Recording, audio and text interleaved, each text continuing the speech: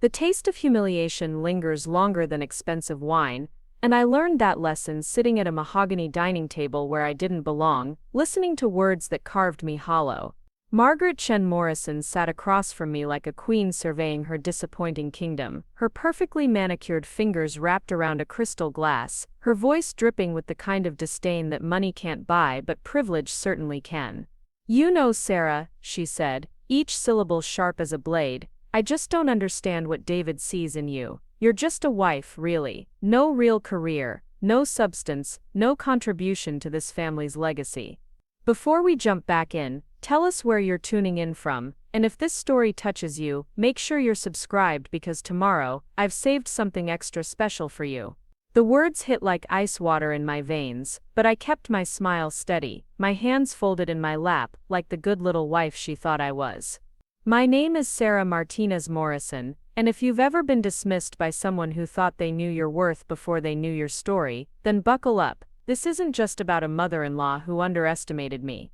This is about the moment I stopped hiding behind the shadows of other people's expectations and stepped into the light of who I really was. It's about the day the woman who called me just a wife discovered that this wife was running the empire she worshipped from her living room every morning with her premium subscription and her organic coffee. Let me take you back to where it all started to unravel, or maybe where it all started to make sense. It was a Thursday evening in October, the kind that makes you grateful for heated homes and ungrateful for family obligations. The Morrison family mansion stood like a monument to old money and older grudges, its Georgian columns reaching toward a sky that seemed perpetually gray in this part of Connecticut. I'd driven the winding driveway countless times over the past 3 years of marriage, but tonight felt different. Tonight felt like walking into a trap I'd set for myself, simply by saying yes to David's invitation to family dinner. David Morrison, my husband of 3 years, sat beside me in our Tesla, his jaw tight with the familiar tension that came with visiting his mother. He was a good man, my David, with kind brown eyes and hands that knew how to be gentle, but he carried the weight of his mother's expectations like stones in his pockets. His family's pharmaceutical company had made them wealthy beyond measure, and Margaret had never let him forget the responsibility that came with the Morrison name. What she didn't know, what none of them knew, was that I carried a different kind of responsibility, one that would make their pharmaceutical fortune look like pocket change. The evening started predictably enough. Margaret greeted us at the door wearing a cream-colored cashmere sweater that probably cost more than most people's rent, her silver hair pulled back in a chignon that screamed country club luncheons and charity galas where tax write-offs masqueraded as compassion. Her smile was all teeth and no warmth as she air-kissed David's cheeks and gave me the kind of nod reserved for service staff who'd overstayed their welcome. "Sarah dear," she said, her voice honey over broken glass, "you look tired, marriage treating you well." It was vintage Margaret, the kind of backhanded greeting that made you question whether you'd been complimented or insulted. I'd learned to navigate these waters carefully, responding with just enough grace to avoid confrontation, but not enough enthusiasm to encourage further conversation. The dining room was a showcase of inherited wealth, all crystal chandeliers and oil paintings of dead relatives who'd probably been just as charming as their descendant. Margaret had set the table with her grandmother's china, each piece worth more than my car, though she'd never let me forget that my car was a sensible Honda instead of something more befitting a Morrison wife. David's younger sister Emma was there with her husband Richard, both of them sporting the kind of designer casual wear that whispered money instead of shouting it. Emma worked as a boutique interior designer for Manhattan's elite, a job that Margaret praised endlessly despite its modest income, because it came with prestige and networking opportunities. Richard managed a hedge fund that consistently underperformed but bore his family name, which in Margaret's world made him infinitely more valuable than actual competence.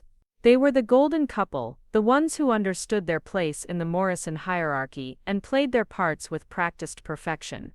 Dinner conversation flowed like expensive wine, smooth on the surface but bitter underneath. Margaret regaled us with stories from her recent trip to the Hamptons, where she'd rubbed elbows with senators' wives and pharmaceutical executives' daughters. Emma shared updates about her latest client, a tech billionaire's wife, who wanted to recreate Versailles in her Park Avenue penthouse. Richard pontificated about market trends, with the confidence of someone who'd never actually lost money that wasn't his to begin with.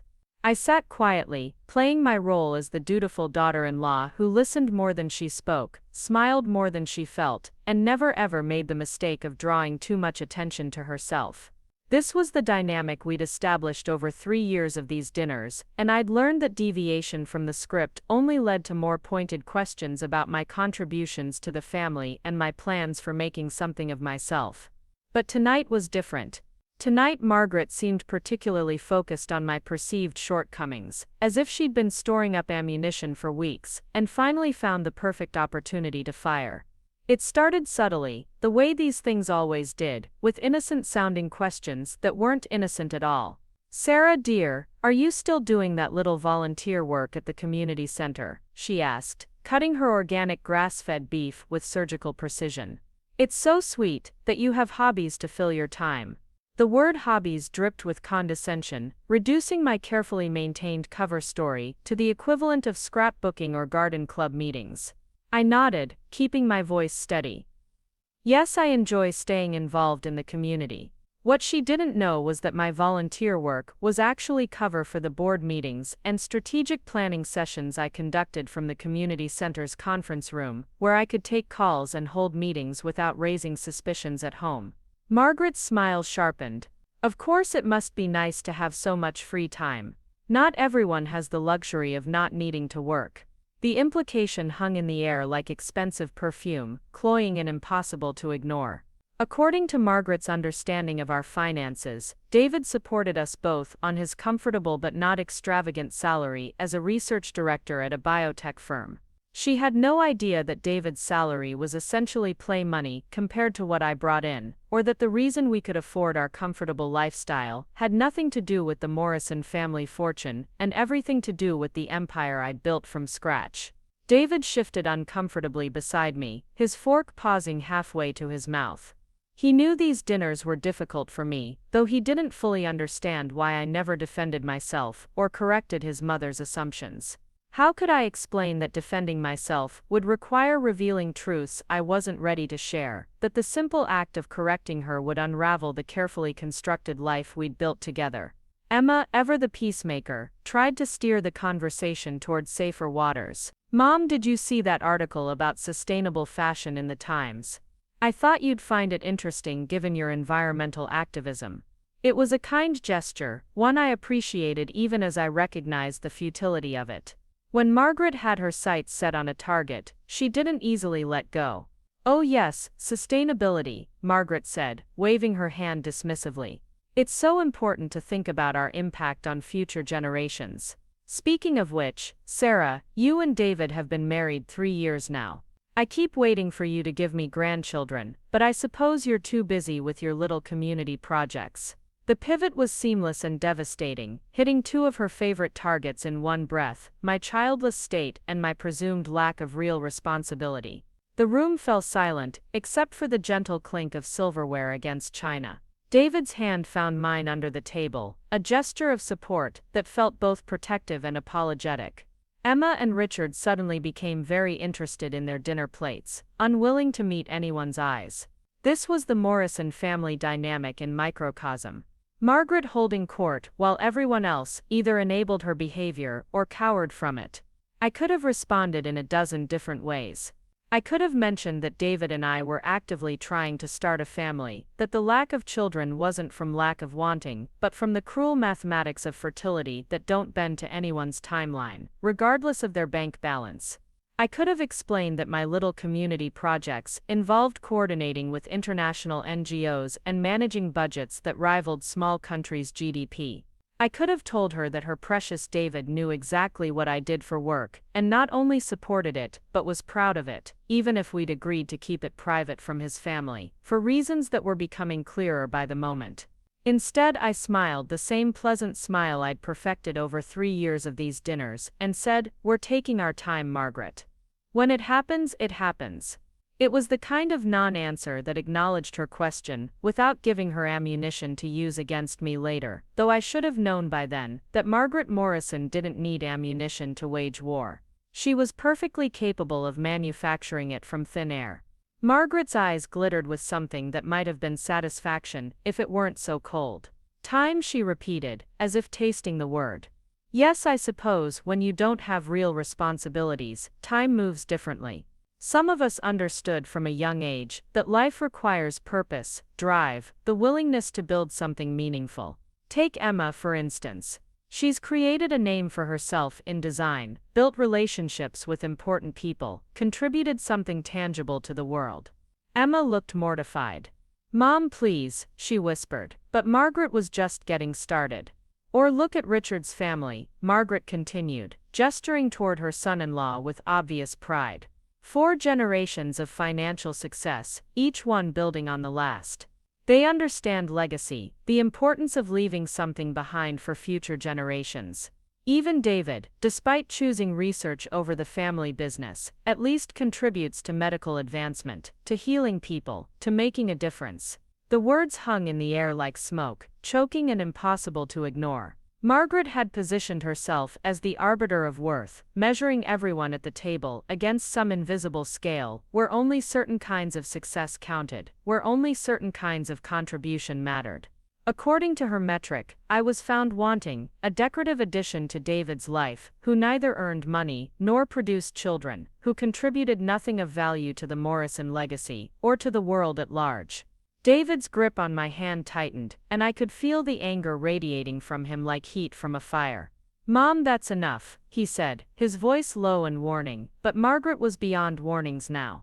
She'd found her groove, hit her stride, and she wasn't going to stop until she'd made her point with surgical precision. I'm not criticizing, darling, she said to David, though her eyes never left mine. I'm simply observing. Marriage is supposed to be a partnership, 2 people building something together. But partnerships require that both people bring something to the table, don't they? Some people understand that life isn't about taking the easy path, about being comfortable and safe, while others do the real work. The easy path.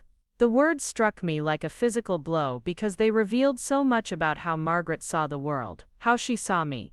In her mind, I was a gold digger who'd landed a comfortable setup and decided to coast, a woman who'd chosen security over achievement and was now content to live off her son's modest success while contributing nothing meaningful to the world. She couldn't have been more wrong if she'd tried, but the wrongness of it somehow made it hurt more, not less. Richard cleared his throat uncomfortably. The wine is excellent, Margaret. Is this from your trip to Napa? It was another attempt at diplomatic deflection, but Margaret was beyond such subtle interventions. She'd drawn blood and could smell it in the water. You know what really bothers me about this generation? She continued, swirling her wine like she was contemplating the mysteries of the universe. The lack of ambition, the willingness to settle for mediocrity. My generation understood that life rewards those who take risks, who push boundaries, who refuse to accept limitations. We didn't sit around waiting for opportunities to come to us. We created them. I found myself thinking about the irony of her words, about the risks I'd taken that she couldn't even imagine, about the boundaries I'd pushed that had changed entire industries, about the limitations I'd refused to accept from the moment I'd decided that being underestimated was my greatest advantage, not my greatest weakness. Margaret Morrison thought she was lecturing a woman who'd never taken a real risk in her life, not knowing she was talking to someone who'd bet everything on herself when she had nothing to lose and won bigger than she'd ever dared to dream. Take David's pharmaceutical research, she continued, warming to her theme. He's working on treatments that could save lives, advance human knowledge, contribute to the greater good. That's meaningful work, important work. Or Emma's design projects, bringing beauty into the world, creating spaces where people can live and work, and thrive. Even Richard's fund, generating wealth that supports families, creates jobs, builds communities. Each example was a knife twisted deeper, a reminder of how the Morrison family measured worth, and found me lacking. Preparing and narrating this story took us a lot of time, so if you are enjoying it, subscribe to our channel, it means a lot to us. Now back to the story. They were builders, creators, contributors to the grand human enterprise, while I was just Sarah, the woman who'd married into their family and brought nothing but her pleasant smile and her community volunteer work to the table. The worst part was watching David struggle with the situation, seeing the war playing out on his face between loyalty to his wife and ingrained patterns of deference to his mother. He loved me, I knew that without question, but he'd spent 31 years learning to navigate Margaret's moods and expectations, learning when to fight and when to retreat, when to stand his ground and when to preserve his energy for battles he could actually win. Margaret set down her wine glass with the kind of deliberate precision that signaled she was about to deliver her coup de grace. I suppose what I'm trying to say, Sarah, is that I worry about your influence on David's ambition. He used to talk about starting his own company, about making real changes in pharmaceutical research, about building something lasting, but lately, he seems content to coast, to take the comfortable path, to settle for steady instead of striving for significant. The accusation hit its target with devastating accuracy because there was just enough truth in it to sting. David had mentioned wanting to start his own biotech company, had talked about revolutionary approaches to drug development that his current employer was too conservative to pursue. And yes, he'd seemed less driven to make those dreams reality since we'd gotten married, though not for the reasons Margaret assumed. The truth was that David had relaxed into our relationship precisely because he didn't have to prove his worth to me through professional achievement. He knew I loved him for who he was, not what he earned or what he might accomplish in the future. He'd found peace in a marriage where his value wasn't constantly measured against external metrics, where he could pursue his research for the joy of discovery rather than the pressure of providing. But Margaret couldn't see that, because Margaret couldn't imagine a world where a man might choose contentment over conquest, where success might be measured in different currencies than the ones she recognized. In her worldview, my presence in David's life could only be a limiting factor, a comfortable trap that kept him from reaching his full potential. David is exactly where he wants to be, I said quietly, speaking directly for the first time since sitting down at the table. He's doing work he loves, making contributions he's proud of, living a life that makes him happy. Not everyone needs to build an empire to find fulfillment. Margaret's smile could have cut glass. How lovely that you think so, dear. But ambition isn't about what makes us comfortable. It's about what makes us grow, what pushes us beyond our limitations, what forces us to become more than we thought we could be. Comfortable is the enemy of extraordinary, and I raised my children to be extraordinary. The implication was crystal clear. David might have been raised to be extraordinary, but marriage to me was making him ordinary, dragging him down to my level of pleasant mediocrity. It was a masterfully crafted insult, one that managed to diminish both of us, while positioning Margaret as the wise matriarch, who could see what we were too foolish or comfortable to recognize. Emma looked like she wanted to crawl under the table and disappear. Richard had given up all pretense of following the conversation and was studying his phone with desperate intensity. David's face had gone rigid with barely controlled anger, his knuckles white where he gripped his napkin. The temperature in the room seemed to have dropped 10 degrees, though that might have been the chill radiating from Margaret's satisfied smile. I realized in that moment that this had been her plan all along, that she'd invited us here not for family bonding or pleasant conversation, but for this exact confrontation, this carefully orchestrated dismantling of my place in her son's life. She'd been building to this for months, maybe years, collecting small slights and perceived inadequacies, like ammunition, waiting for the perfect moment to fire a volley that would either drive me away or force me into a defensive crouch that would prove her point about my weakness. What Margaret didn't understand, what none of them could have understood, was that she wasn't dealing with the woman she thought she was. The Sarah Martinez who sat at their dining table was real, but she was only part of the story, only one facet of a woman who'd learned long ago that sometimes the most powerful position is the one where you're consistently underestimated. I'd built my career on being underestimated, on letting people see what they expected to see, while I quietly revolutionized industries from the shadows. I'd started my first company when I was 22, selling it for enough money to never work again before I turned 25. I'd launched my second company from my graduate school dorm room and turned it into a billion-dollar enterprise before my 30th birthday. I'd created platforms that connected communities, algorithms that predicted market trends, systems that streamlined global commerce in ways that touched millions of lives daily. But none of that existed in the Morrison family universe, because I'd chosen to keep it private, to protect both David and myself from the complications that would come with that level of public success. David knew, of course, had known from almost the beginning of our relationship, but we'd agreed that discretion was the better part of valor when it came to his family's dynamics and expectations. Margaret was still talking, her voice gaining momentum as she warmed to her theme of my inadequacy and David's diminished ambitions. I just think it's important to have these conversations, to be honest about what we see and what we hope for. Family means having difficult conversations when necessary, doesn't it? It means caring enough to speak truth even when it's uncomfortable. Truth. The word hung in the air like a challenge, like a dare, like an invitation to reveal exactly how much truth Margaret Morrison was actually prepared to handle. She thought she was delivering harsh truths about my limitations and failures, about my drag on her son's potential, and my fundamental unsuitability as a Morrison wife. She thought she was being brave and honest and protective of her family's legacy. What she didn't realize was that she was about to learn the difference between the truth she thought she wanted and the truth she was actually going to get. The silence that followed Margaret's declaration about truth stretched like a taut wire, vibrating with tension that threatened to snap at any moment. I could feel David's eyes on me, could sense his internal struggle between protecting me and maintaining the fragile peace he'd spent years cultivating with his mother. Emma had gone pale, her designer fork suspended halfway to her mouth, as if movement might shatter whatever spell had fallen over the dining room. Richard continued his careful study of his phone, though I suspected he was recording every word for later analysis with his hedge fund buddies, who collected family drama stories like vintage wine.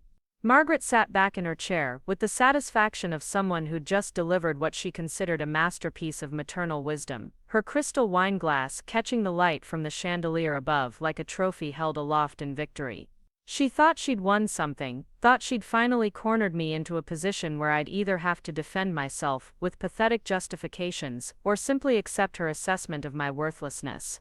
What she didn't understand was that she just handed me the keys to her own destruction. I reached for my water glass, taking a slow sip while I considered my options.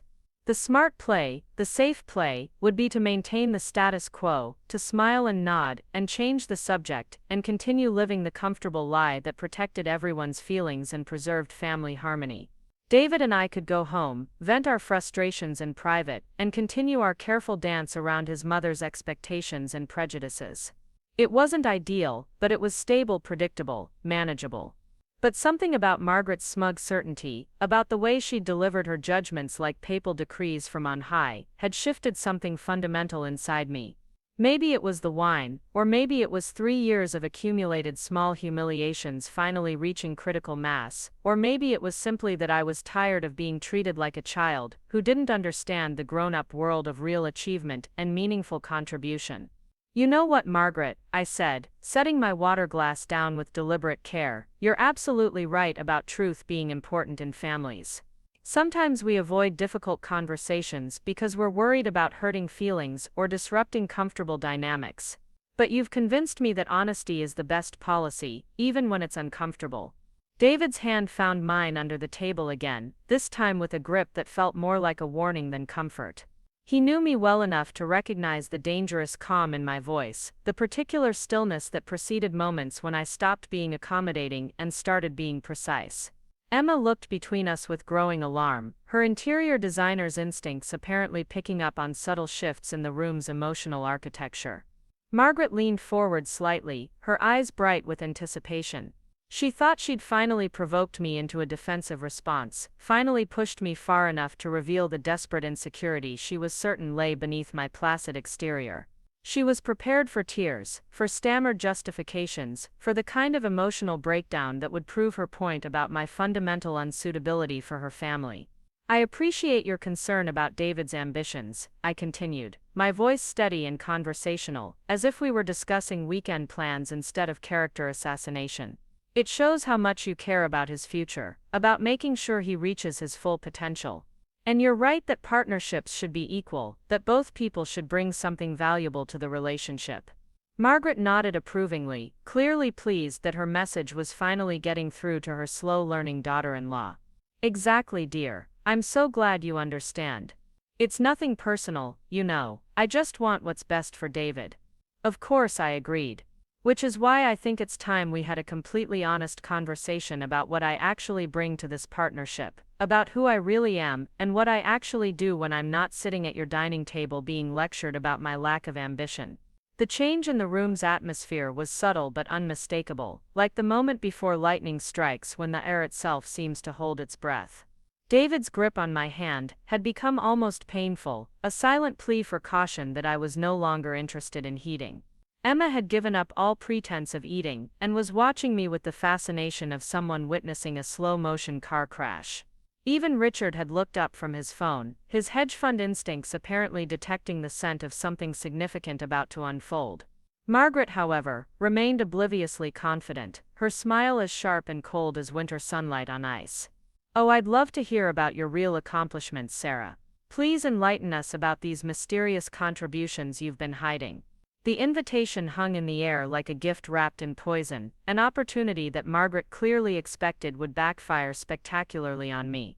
She thought she was calling my bluff, forcing me to admit that my volunteer work at the community center was exactly what it appeared to be, and nothing more, that my mysterious absences and quiet phone calls were the desperate attempts of a bored housewife to feel important, rather than evidence of any real achievement. I smiled at her, the kind of warm, genuine smile I reserved for moments when I was about to completely upend someone's understanding of reality. "Well, since you asked so nicely, let me start with something you might find interesting. You mentioned earlier how much you admire people who build companies, who create jobs, who contribute to the economy in meaningful ways." "Yes," Margaret said, clearly wondering where I was going with this but confident it couldn't be anywhere that would threaten her position. "Real entrepreneurs, people who take risks and create value. It's so important in today's economy." "I couldn't agree more," I said. "Which is why I think you'll appreciate knowing that I've actually started and sold 2 companies in the last 8 years. The first one I launched when I was 22, straight out of college, with nothing but a laptop and an idea about streamlining supply chain logistics for small businesses." The words dropped into the conversation like stones into still water, sending ripples of confusion across the perfectly arranged faces around the table. Margaret's smile faltered for just a moment before reasserting itself, though it now carried a hint of uncertainty that hadn't been there before. "How interesting," she said, her tone suggesting it was anything but. "And what happened to this little business venture?" "I sold it 3 years later for $42 million, I replied conversationally, as if discussing the weather or the price of groceries. Not bad for a first try, though the real learning experience was dealing with acquisition negotiations when you're a 25-year-old woman, and everyone assumes you're either the secretary or someone's daughter playing dress-up in the boardroom. The silence that followed was different from the earlier tension, less anticipatory and more stunned. Emma's fork clattered against her plate as her hand went slack with shock. Richard's phone slipped from his fingers onto the table with a soft thud. David's grip on my hand, loosened as surprise replaced his earlier anxiety, though I could feel him fighting not to smile at the expressions on his family's faces. Margaret's face had gone through several rapid transformations, cycling from disbelief to confusion, to the kind of careful blankness that people adopt when they're trying to process information that doesn't fit their established worldview. 42 million, she repeated slowly, as if testing the words for authenticity. After taxes and fees, it came to about 38 million, I clarified helpfully. Which was more than enough to fund my next venture, while still maintaining a very comfortable lifestyle. Financial security is wonderful, but I've never been the type to retire at 25, even when I technically could have. Your next venture, Emma whispered, finding her voice for the first time since the conversation had taken its sharp turn into uncharted territory. Her interior designer's mind was clearly struggling to reconcile the woman she'd known for 3 years with the entrepreneur sitting across from her. A platform development company, I explained, warming to my theme. We focused on creating customizable digital ecosystems for mid-sized businesses that were being underserved by both the massive enterprise solutions and the limited small business options. The market gap was enormous, and we managed to capture a significant share of it before the big players even realized what was happening. Margaret had recovered enough of her composure to lean forward, though her earlier confident smugness had been replaced by something more predatory. "And I suppose you sold that one for hundreds of millions?" she asked, her tone suggesting she thought she'd caught me in an obvious lie. "Actually, we took that one public," I said. Matter-of-factly, the IPO was 18 months ago, though we kept the media coverage fairly minimal. I still maintain controlling interest, along with my co-founder and our original development team. Current market capitalization is just over $3 billion, though these things fluctuate daily based on market conditions and investor sentiment. The number hit the table like a physical blow, stunning everyone into complete silence.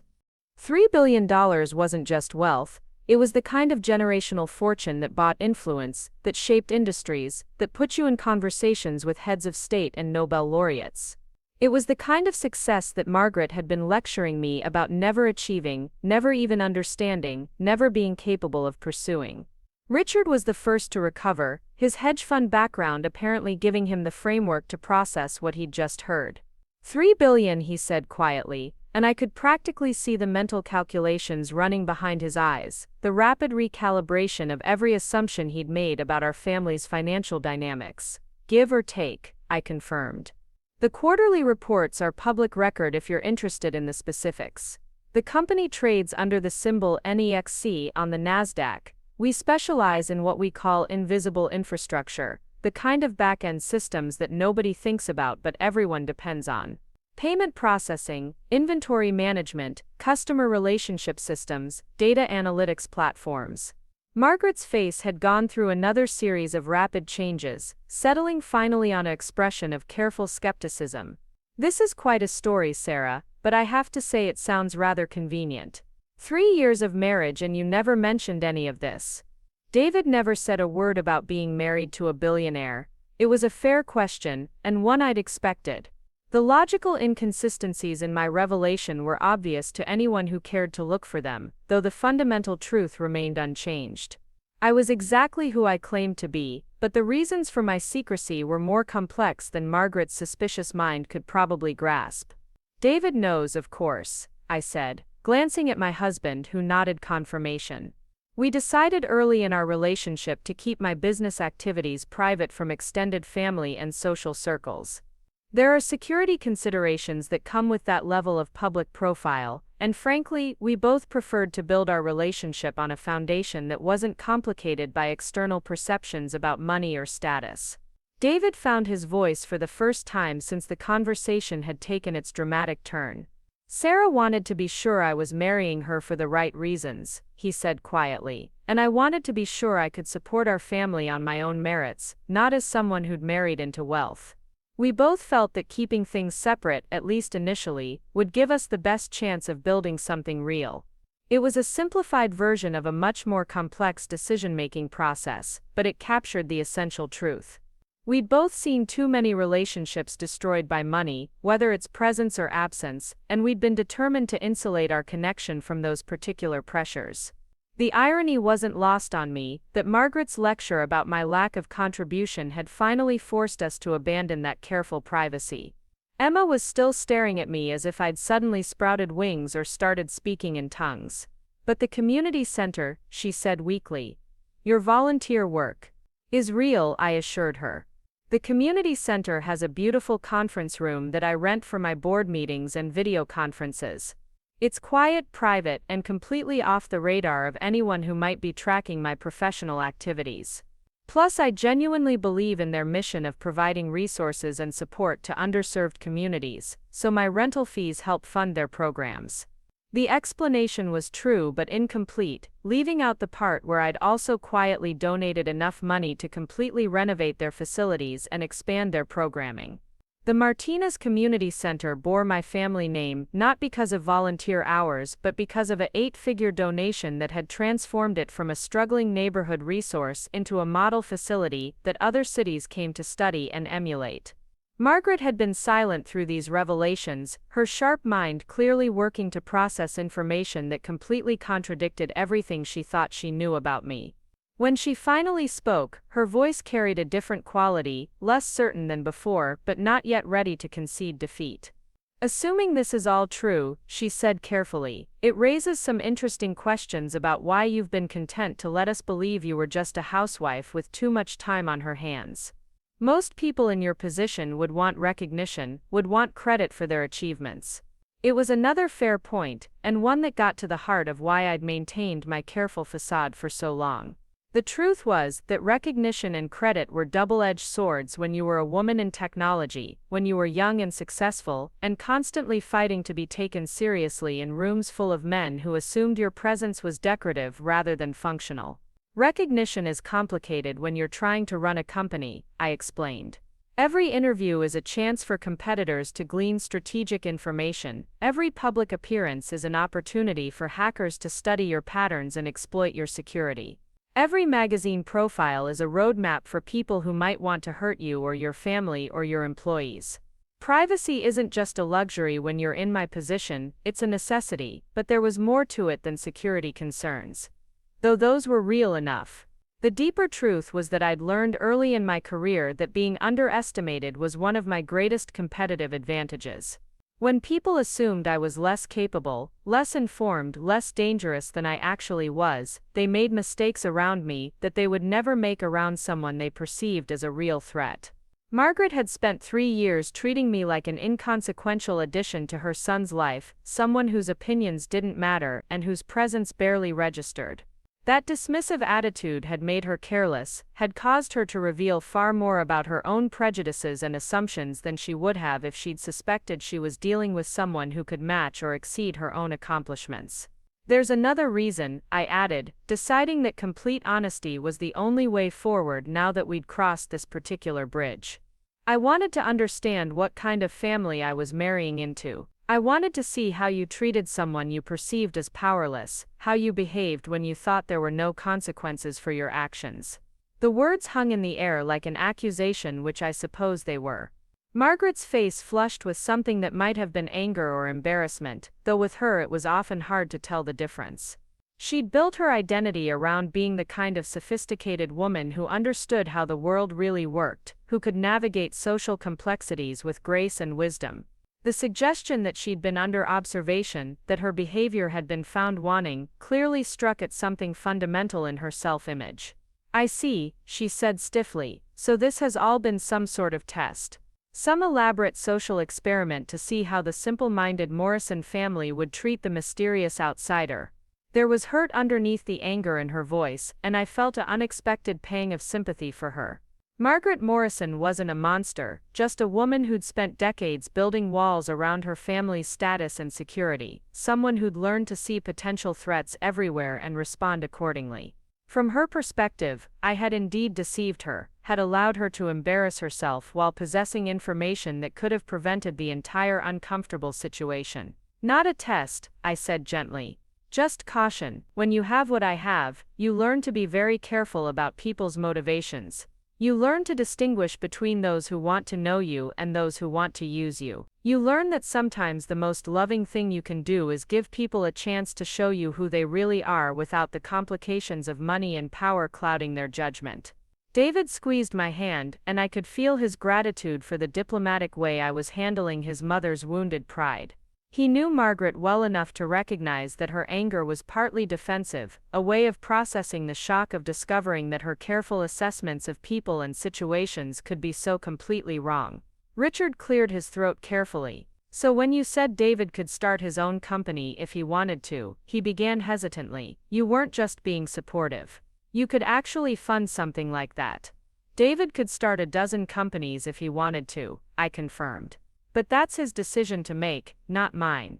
Money doesn't give me the right to direct his career any more than his mother's opinions give her the right to direct mine. It was a subtle jab, but Margaret caught it anyway, her eyes flashing with renewed irritation. She'd spent the evening lecturing me about my lack of ambition and contribution, positioning herself as the voice of wisdom and experience in a room full of people who didn't understand how the real world worked. Now she was discovering that the least accomplished person at her table was actually the most successful, that her expert assessments of character and potential were not just wrong but spectacularly, embarrassingly wrong. Emma was still processing the revelation, her designer mind clearly struggling to reconcile 3 years of assumptions with this new information. The clothes, she said suddenly. You always dress so modestly. I mean, not badly, she added quickly, just not like someone who could buy anything she wanted. I looked down at my outfit, a simple black dress from a mid-range department store, paired with jewelry that was elegant but not ostentatious. It was the kind of ensemble that Margaret had probably catalogued as trying too hard to fit in, or obvious signs of limited resources depending on her mood. I dress for the life I want to live, I explained. Conspicuous consumption draws attention, and attention draws problems. Besides, a $1,000 dress doesn't make you a better person any more than a $20,000 handbag makes you more worthy of respect. The comment hit its target with surgical precision. Margaret's handbag resting on the chair beside her was indeed in the $20,000 range, a Hermes piece that she'd mentioned acquiring during her last trip to Paris. Emma's jewelry, Richard's watch, even the wine we were drinking, all represented the kind of expensive signaling that I'd deliberately avoided throughout my relationship with their family. Margaret's face had gone through several more color changes as the implications of my revelation continued to sink in. The woman she'd been patronizing for 3 years, the daughter-in-law she'd dismissed as a lightweight who'd never accomplished anything meaningful, was not just successful, but successful on a scale that made the Morrison family's pharmaceutical fortune look modest by comparison. "I don't understand," she said finally, and for the first time all evening, her voice carried genuine confusion rather than calculated condescension. "Why would you let me? Why didn't you just tell me who you were from the beginning?" It was the question I'd been expecting, the one that got to the heart of why I'd maintained my careful charade for so long.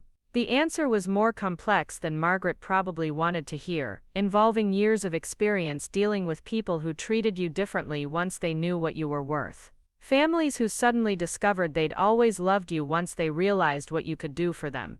"Because I wanted to know who you were when you thought I couldn't do anything for you," I said simply.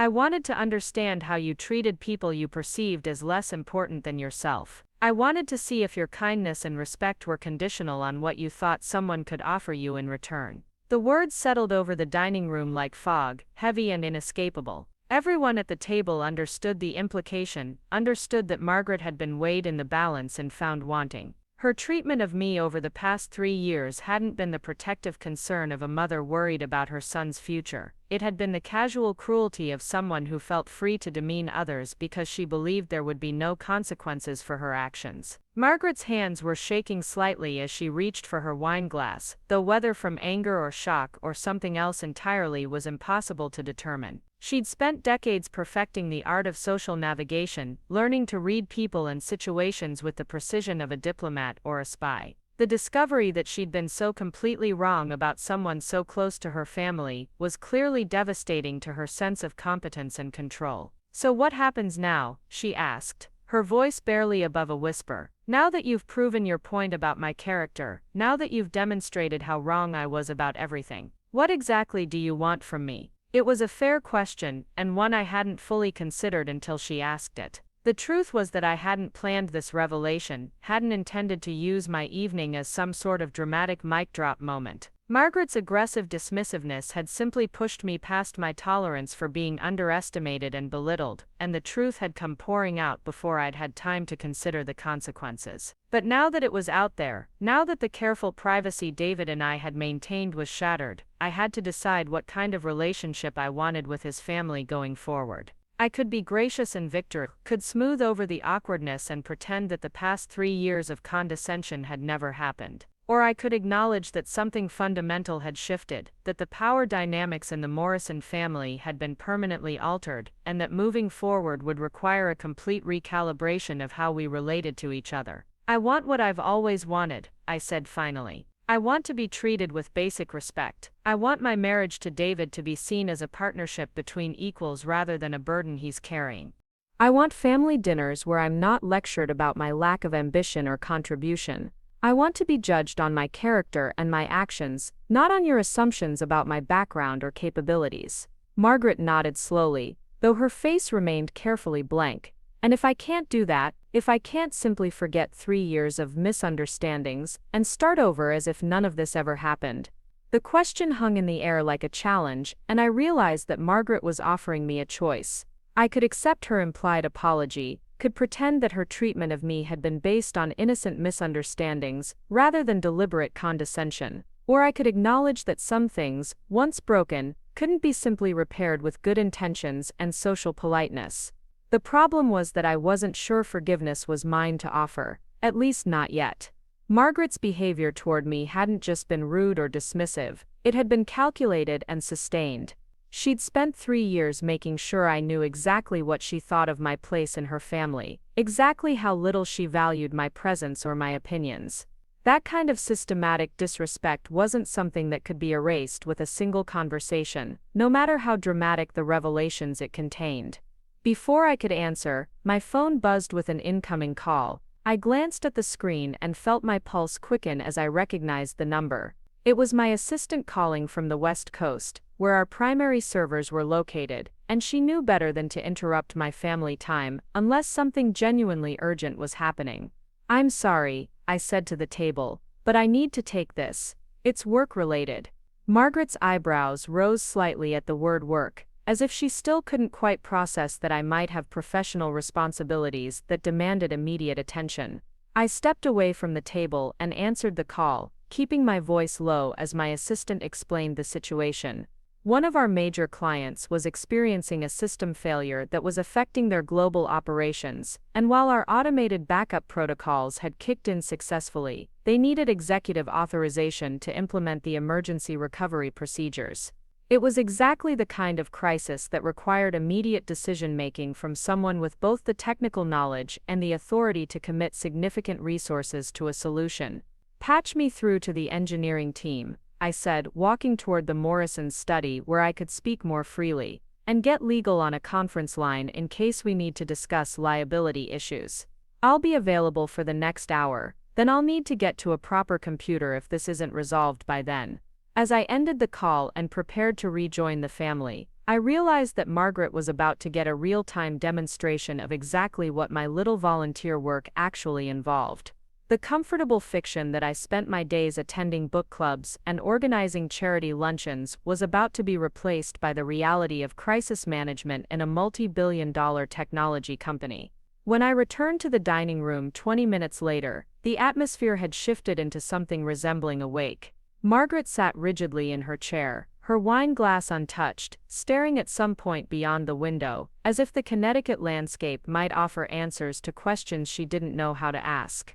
Emma had abandoned all pretense of eating, and was methodically shredding her napkin into precise strips, while Richard typed furiously on his phone with the manic energy of someone researching stock prices and company valuations in real time. David looked up as I approached, his expression a mixture of concern and barely suppressed amusement. The phone call had taken longer than expected, requiring 3 separate conference calls with teams in different time zones and authorization for emergency protocols that would cost more money than most people saw in a lifetime. The crisis was contained now, but managing it had required the kind of decisive leadership that left no doubt about my actual role in the company I'd claimed to run. "Everything all right?" David asked, though his tone suggested he already knew the answer. He'd lived with me long enough to recognize the particular kind of focused intensity that came with handling major business emergencies, had seen me navigate similar crises from our home office during late-night calls and weekend strategy sessions. "Server farm issues in Portland," I said matter-of-factly, settling back into my chair. "We had a client whose payment processing system went down during their peak transaction hours. It's fixed now, but it required emergency authorization for some expensive backup protocols. The kind of decisions that can't wait for regular business hours." Margaret finally looked at me directly, and I could see her struggling to reconcile this casual discussion of multi-million-dollar decisions with 3 years of assumptions about my daily activities. "How much," she asked quietly, "did this emergency cost to fix?" It was a reasonable question from someone trying to understand the scale of operations I'd been hiding, though I suspected she wasn't entirely prepared for the answer. "About $2.3 million for the immediate fix and backup restoration," I replied. "Though that's recoverable through our service-level agreements and insurance policies. The real cost would have been in lost business for our client, which would have been somewhere north of $50 million if we hadn't resolved it quickly." Richard's head snapped up from his phone, his hedge fund background giving him the framework to understand exactly what those numbers meant. "You just authorized a $2 million expenditure with a phone call," he said, "and it wasn't really a question." "It's within my discretionary authority limits," I confirmed. "Anything over 10 million requires board approval, but below that threshold, emergency decisions are mine to make. It's one of the reasons I can't simply disconnect from work during family dinners, despite how it might appear to outside observers." The comment was aimed directly at Margaret, who had spent years making pointed remarks about my habit of stepping away to take calls or check messages during family gatherings. She'd interpreted my professional obligations as rudeness or self-importance, never considering that they might represent genuine responsibilities that couldn't be postponed for social convenience.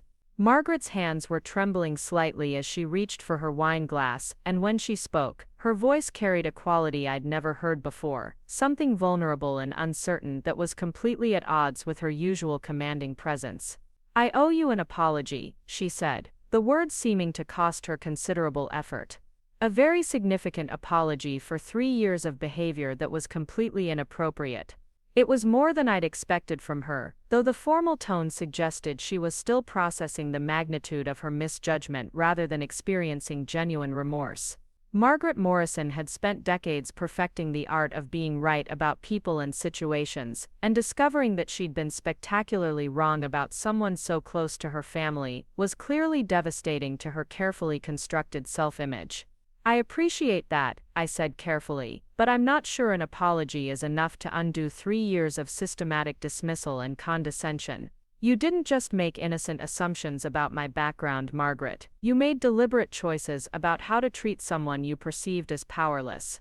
The words hit their target with surgical precision, and I watched Margaret flinch as if I'd slapped her. Emma made a soft sound of distress, clearly uncomfortable with the direct confrontation that was unfolding at her mother's dining table. Richard had stopped typing on his phone and was watching the exchange with the fascination of someone witnessing a financial empire's hostile takeover. David's hand found mine under the table, a gesture of support that carried both pride and caution. He knew I was right to hold Margaret accountable for her behavior, but he also understood the delicate family dynamics that would have to be navigated in the aftermath of this revelation. The Morrison family had operated according to certain unspoken rules for decades, and I was systematically dismantling every assumption those rules were built on. "You're right," Margaret said finally, her voice barely above a whisper. "I was cruel to you, and I justified that cruelty by telling myself I was protecting David from someone who wasn't worthy of him. I never considered that my assessment might be wrong, that my understanding of your character and capabilities might be fundamentally flawed." It was a more honest admission than I'd expected, though it raised questions about what kind of relationship might be possible between us going forward. Margaret had revealed something essential about herself during our 3-year acquaintance, something that went beyond simple snobbery or class consciousness into darker territory involving her willingness to harm someone she perceived as vulnerable. Time-sensitive opportunities in our industry required immediate response, and the window for capitalizing on our successful crisis management was probably measured in hours rather than days. "I need to take this," I said, rising from the table. "It's about the expansion opportunity I just mentioned. These kinds of negotiations move quickly once they start." Margaret nodded, though I could see her struggling to process the reality of my professional obligations interrupting family time for the second time in 30 minutes. The woman who had lectured me about lacking real responsibilities was witnessing firsthand the kind of demands that came with actually running a multi-billion-dollar enterprise. The call lasted 15 minutes and resulted in a preliminary agreement to meet with their executive team the following morning in Manhattan. My co-founder would handle the initial technical discussions while I focused on the strategic partnership aspects, but we'd need to prepare extensive documentation and financial projections before the meeting. It meant working through the night, but it also represented the kind of opportunity that could define our company's trajectory for the next decade. When I returned to the dining room, I found the family engaged in what appeared to be an intense but quiet conversation that stopped abruptly when I appeared. David looked relieved to see me, while Emma and Richard wore expressions of barely contained curiosity. Margaret's face remained carefully neutral, though I detected something different in her posture, a subtle shift toward deference that hadn't been there before. "Everything settled?" David asked, though his tone suggested he already knew the answer would be complex. "We have a meeting tomorrow morning in Manhattan," I said, settling back into my chair. "If it goes well, we'll be announcing a major partnership expansion by the end of the week. If it doesn't go well, we'll still have handled the crisis professionally and maintained our reputation for reliability under pressure." Richard leaned forward with obvious interest. "What are the odds it goes well?" he asked, his hedge fund instincts clearly engaged by the business implications of what he was hearing. "About 70%, I replied after considering the question seriously. "The client is genuinely impressed with our performance, and their expansion needs align perfectly with our core capabilities. The main challenges will be capacity management and integration timelines, but those are operational issues rather than fundamental obstacles." The casual confidence with which I discussed multi-million-dollar business negotiations seemed to register with Margaret in a way that my earlier revelations hadn't quite achieved. This wasn't just about past accomplishments or accumulated wealth, but about ongoing responsibilities and active decision-making that would continue shaping industries and affecting thousands of people. "I have another confession to make," I said, deciding that complete honesty was the only way forward now that we'd crossed this particular threshold. "The community center where I supposedly do volunteer work isn't just where I rent conference space. I donated most of the money for their recent renovation and expansion." Emma's eyes widened. "The Martinez Community Center?" she asked. "The one that won all those awards for innovative programming and facility design?" "That's the one," I confirmed, though I prefer to keep my involvement quiet. The center's success should be attributed to their staff and community supporters, not to a single large donor who wanted her name on a building. Margaret was staring at me with something approaching awe, though whether that was positive or negative remained unclear. "How much did you donate?" she asked quietly. "Enough to matter," I replied diplomatically. "The important thing is that they're now able to serve their community effectively and sustainably. They've become a model that other cities are studying and replicating." The revelation seemed to be the final piece of evidence Margaret needed to fully grasp the magnitude of her misjudgment. She'd spent 3 years dismissing my community involvement as the frivolous hobby of a bored housewife, never imagining that it represented philanthropic engagement on a scale that most people couldn't even conceptualize. "I don't know what to say," Margaret admitted, her voice carrying a vulnerability I'd never heard before. "I've been so completely, utterly wrong about everything. About you, about your character, about your contributions to David's life and to the world in general. I don't know how to begin making amends for 3 years of behavior that was not just inappropriate but deeply harmful." It was the most honest admission I'd heard from her, and I felt some of my anger beginning to soften into something more complex. Margaret Morrison wasn't evil, just limited by assumptions and prejudices that had prevented her from seeing clearly. Her willingness to acknowledge the full extent of her error suggested that genuine change might be possible, though it would require sustained effort rather than a single conversation. "Making amends isn't about grand gestures," I said gently.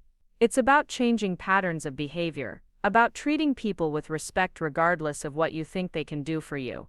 It's about recognizing that your initial impressions might be wrong and remaining open to new information." Margaret nodded slowly, her expression suggesting she was genuinely processing what I'd said rather than simply waiting for her turn to speak. "I've spent so many years thinking I understood how the world worked, thinking I could assess people's worth and potential with a glance. This evening has shown me how dangerous that kind of certainty can be." David had been quiet throughout most of this exchange, but now he cleared his throat and addressed his mother directly. "Sarah has been incredibly patient with our family's dynamics," he said. "She could have corrected your assumptions at any time over the past 3 years, but she chose to give you the benefit of the doubt, to hope that your treatment of her would improve without external pressure." The implication was clear. My patience had been a gift that Margaret had repeatedly failed to appreciate, and its limits had finally been reached through her own actions rather than any failure on my part. It was a diplomatic way of highlighting that I'd been the victim of systematic mistreatment rather than a participant in mutual misunderstanding. Margaret's face flushed with what appeared to be genuine shame. "I squandered every opportunity to know the real you," she said to me. "I was so convinced that I had you figured out that I never bothered to look deeper, to ask better questions, to consider that my assumptions might be fundamentally flawed. My phone buzzed one final time with a text from my assistant confirming the details for tomorrow's meeting and attaching preliminary financial projections for the potential partnership expansion. The numbers were even more impressive than we'd initially calculated, representing not just significant revenue growth, but the kind of industry positioning that could reshape our entire competitive landscape. "I need to go home and prepare for tomorrow's meeting," I said, checking the time and realizing how much work remained to be done before morning. "But I want you to understand, Margaret, that this conversation represents a beginning, not an ending. Relationships damaged over 3 years don't heal in 3 hours, regardless of how dramatic the revelations might be." She nodded, her expression suggesting she understood the gravity of what rebuilding trust would require. "What can I do?" she asked, simply. "How can I begin to repair the damage I've caused?" It was a fair question, though not one I was prepared to answer immediately. The hurt from 3 years of condescension and dismissal wouldn't disappear overnight, and trust once broken required time and consistent behavior to rebuild. Margaret would need to demonstrate sustained change rather than momentary remorse if she wanted to repair our relationship.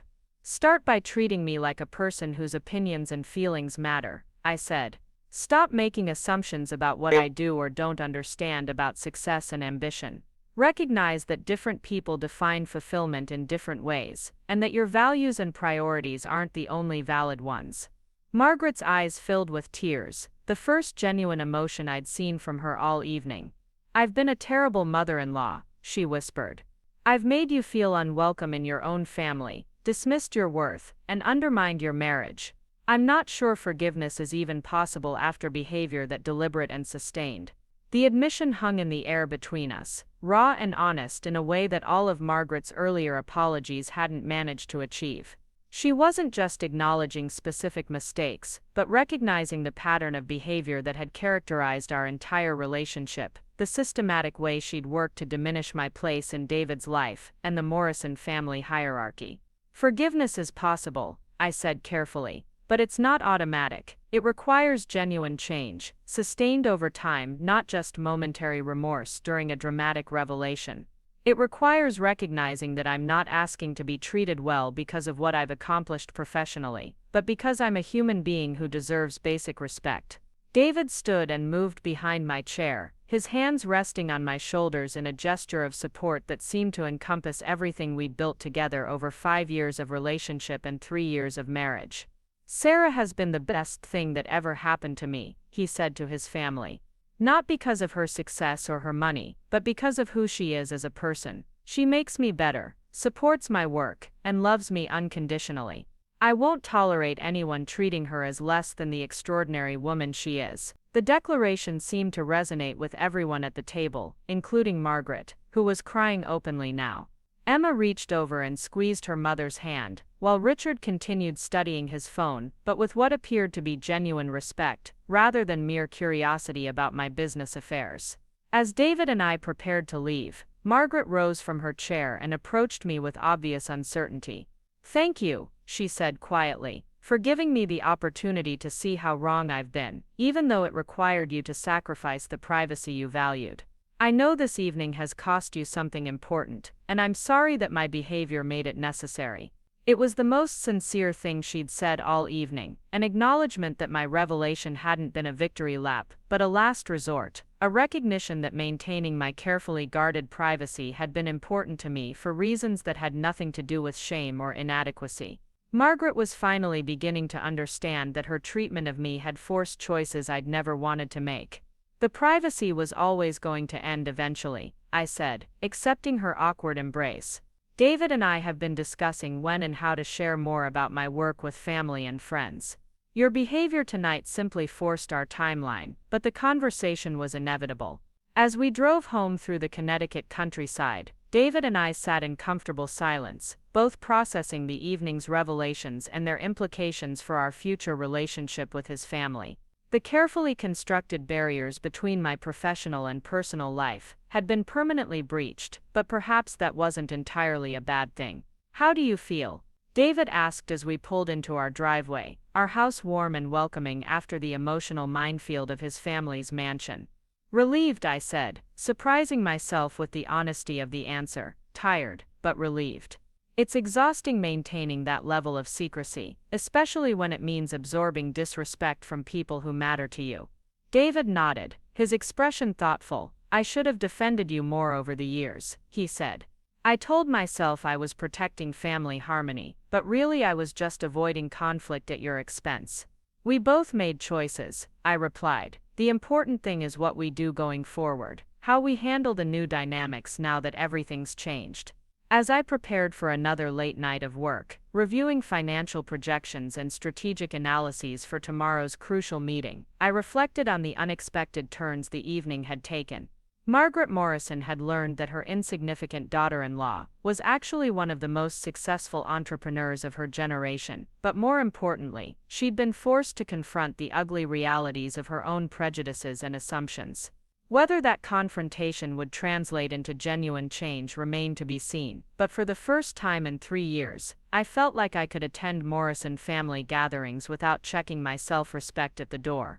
The woman who had called me just a wife was about to discover that some wives run empires, and some empires are run from the quiet strength of partnerships built on mutual respect rather than financial dependency. The taste of humiliation might linger longer than expensive wine, but the taste of justice, I was discovering, was even more satisfying than I'd imagined. Up next, you've got 2 more standout stories right on your screen. If this one hit the mark, you won't want to pass these up. Just click and check them out.